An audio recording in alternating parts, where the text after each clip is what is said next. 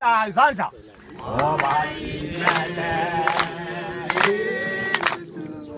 Bafundise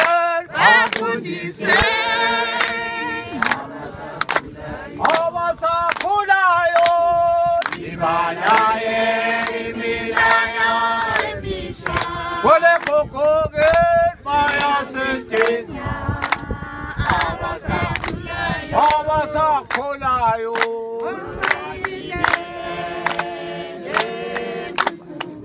bafundise abasakhulayo ibalaye imilayo emisha bayasentenya abasakhulayo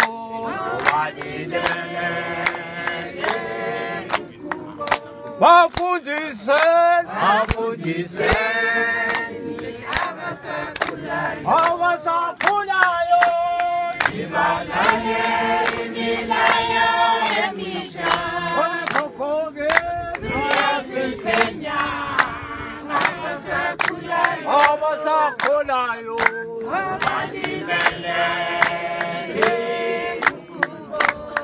amandla isizwe ke umhlabathi ke umbuso ke izulu ke amapholisa ke amasotsha ke athanda ukuthi ke ngilibikelele lonke bantwana benhlabathi njengoba likwazi ukuthi igama lele lokuthi bantwana benhlabathi laba yilo lalisemboza ukuthi ngokuhlangana kwethu lapho sibonakale singabantwana bebele kungatshiwo ukuthi lwana ngwakobani lo ngwakobani. Yikho sihlangane lapha singabantwana benhlabathi sihlangana ngezaphu. Izaphu ingubaba waleli lizwe eyiyo eyasebenza gadalala ukuba ke ilethe inkululeko phakathi kwethu. Izaphu inhlanganiso ehlonipha ukwedlula ukuhlonipha. IM yezaphu kwakuyikulwa le tribalism ubandlululo. Izaphu inhlanganiso njalo engathanda ukuthi ekuhlanganeni kwethu lapha sibone sisebenzisa lokho abathi nepotism ukusebenza ngobuhlobo. Nepotism ukusebenza ngobuhlobo. Tribalism sisho ubandlululo. Izaphu is against tribalism ukubunjwa wayo. Kayithandi njalo ukusebenza ngobuhlobo. Masihlangene lapha singabantwana bebele sisonke siyisizwe sonke seZimbabwe. Yona iEMIA yayivele ihlose ukuthi ibe yi one Zimbabwe one nation. Yayivele isuke kunjalo.